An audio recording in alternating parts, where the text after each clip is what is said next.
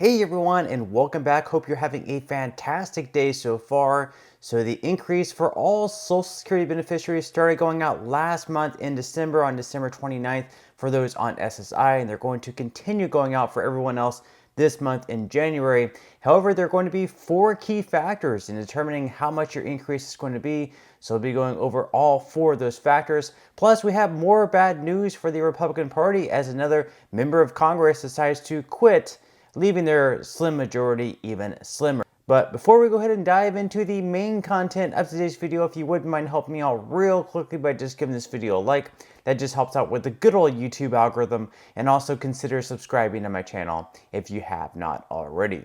Plus, if you would like to receive at least $60 or more in free stocks or $60 or more in free cash, in a pinned comment below, I will be leaving a link to Webull.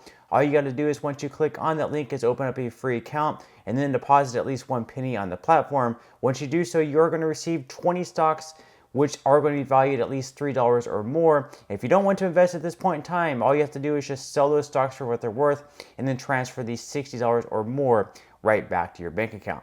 Okay, so diving right into our lead story for today, and that involves another Republican quitting Congress. This has been a familiar story, I guess, over the past year or so, with Republicans either getting kicked out of Congress because of their behavior, George Santos specifically, or just them getting fed up with how things are being run and just deciding to quit and perhaps take another position. So according to The Hill, House Republicans' already slim majority will dwindle even further later this month when Representative Bill Johnson resigns earlier than expected. Johnson's office on Tuesday confirmed the congressman's new official resignation date of January 21st after he was expected to resign to take a job as president of Youngstown State University before the middle of March. The resignation will leave the House with 219 Republicans, 213 Democrats, and 3 vacancies, meaning Republicans will be able to afford to lose only 2 votes on any party line measure, assuming full attendance. Currently, the Republicans have a 3-vote cushion, with the resignation of former Speaker Kevin McCarthy on December 31st and the expulsion of former Representative George Santos accounting for the other 2 vacancies. And then obviously we have part of government funding that's going to be expiring coming up in just a couple of weeks on January 19th. And then any other bills that Republicans want to pass where they're probably not going to have much Democratic support. It's going to be very difficult for them to pass a bill where they need at least 218 yes votes, but they only have 219 members representing them in Congress. So things aren't looking too good for the Republican Party. Now, in some other news, we actually had a voter data expert who was hired by Trump back right around the time the election finished up and Biden was declared the winner. And Trump and his team wanted this expert to look into the election to figure out just exactly the chances of it being rigged, if there was any funny business going on. And well, they actually came back recently and said, no, actually the election was perfectly legitimate. Joe Biden definitely won over Donald Trump. So according to The Hill, Ken Block, whom the Trump campaign hired in 2020 to find voter fraud in the election, penned an op-ed Tuesday stating unequivocally that the 2020 presidential election was not stolen and that there was no evidence of voter fraud sufficient to change the outcome of the election. Block, who owns Simpatico Software Systems, said his company's findings were communicated directly to then White House Chief of Staff Mark Meadows, and transcripts of depositions taken by the January 6th Select Committee investigating the attack on the Capitol, quote, show that the campaign found no evidence of voter fraud sufficient to change the outcome of any election.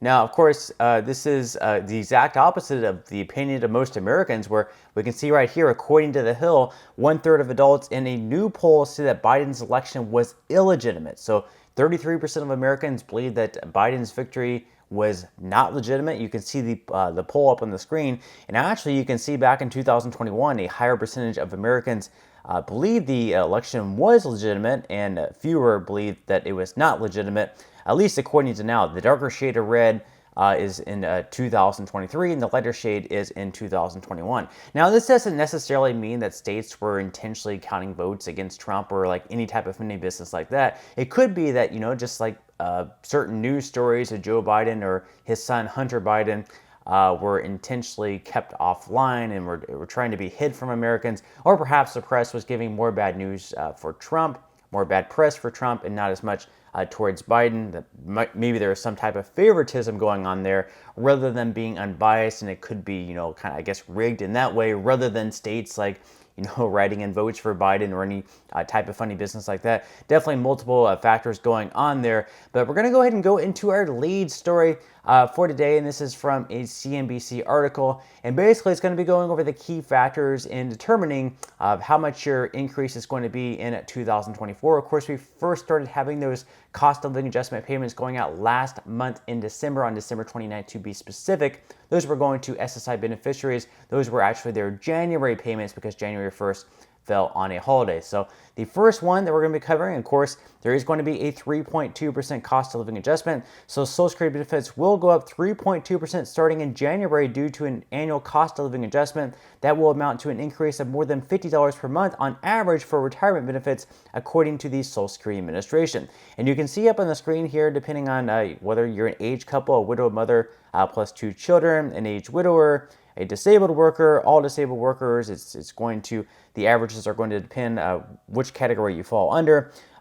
So for example, all disabled workers on average this year in 2024 are going to receive right around $1,537. Aged couples are going to receive $3,033 per month on average, whereas last year it was just at $2,939. Now let me know in the comment section below what your increase ended up, I guess if you're happy with what your increase ended up being. Do you think it's going to be enough? Do you think that the cost of living adjustment is enough to keep up with inflation, with all the rising costs that have taken place over the past year or so? Now the second factor that's going to determine what you're actually going to end up receiving at the end of the day is that the Medicare Part B premiums are going to be higher. So just for example, standard monthly premiums are slated to rise by $9.80 per month to $174.70 in 2024 from $164.90 in 2023. However, they mentioned here that people with higher incomes will pay more as a result of what is called income-related monthly adjustment amounts, or IRMA. And you can see up here, just depending on what your income is. For example, if you make less than $103,000 as a single individual, or less than $206,000 as a married couple, your total monthly payment is going to be that exact amount at $174.70. However, if you actually make more than $103,000 or less than $129,000 as a single individual, just as an example, as you can see below that one, your total monthly payment actually would be a little bit higher, up at $244.60. So obviously, if you make more money, you're going to have to pay more for the Medicare Part B premium. Now, the third factor that's going to determine what your final payout is going to be is that perhaps you might actually face an earnings test. So this is going to be specifically for those of you who decided to start taking your retirement benefits before you reached your full retirement age, whether that's 66, 67, or somewhere in between. So if you claim Social Security between age 62 and your full retirement age, your benefits will be reduced for starting early. If you also continue to work, you may be subject to what is known as the retirement earnings test if you earn over a certain threshold. So in 2024, the earnings exempt from the retirement earnings test will go up to $22,320 from $21,240 in 2023. And then for every $2 in earnings above that limit, $1 in benefits will be withheld. So, basically, if you decide to keep working because the amount that you're receiving for your Social Security check is not enough, just keep in mind that some of your Social Security benefits are going to be withheld. But not to worry, though, the amount that is withheld is going to be factored in. You're actually going to receive a higher payment once you reach your full retirement age. And then finally, the last factor that's going to determine your final payout for your Social Security benefit is that you may actually pay taxes on your benefit income. So Social Security benefit income may be subject to federal taxes. The rate at which the income is taxed is based on your combined income. That is calculated by adding half of your benefits with your adjusted gross income and non-taxable interest. So you may pay taxes on up to 50% of your benefits if your combined income is between $25,000 and $34,000 for individual tax filers, or between $32,000 and $44,000 for couples who are married and file jointly. Up to 85% of your benefits may be taxable if your individual combined income is more than $34,000 and you file individually, or if you're married with more than $44,000 per year. Now, these tax rates have not been adjusted for, I believe, like 30 or so years now, and there are a lot of lawmakers saying that we need to adjust that for inflation. However, the problem is if they are adjusted upward, that would mean less taxes coming into the trust fund. And right now in 2033, if nothing is done about the trust fund and bringing more money into the system, we're going to have to cut benefits across the board for everyone by 20 to 25%. So right now, when they're trying to fix that issue, it's going to be very difficult to say, hey, we're going to have less money coming in the trust fund, because that would obviously speed up the insolvency date. But let me know what your thoughts and comments are below on everything that we discussed in today's video. And that's all we have for today's video. Hope you enjoyed and found value out of it. If you did, again, I would greatly appreciate if you could give this video a like. Consider subscribing to my channel if you have not already, and I will see you in the next video.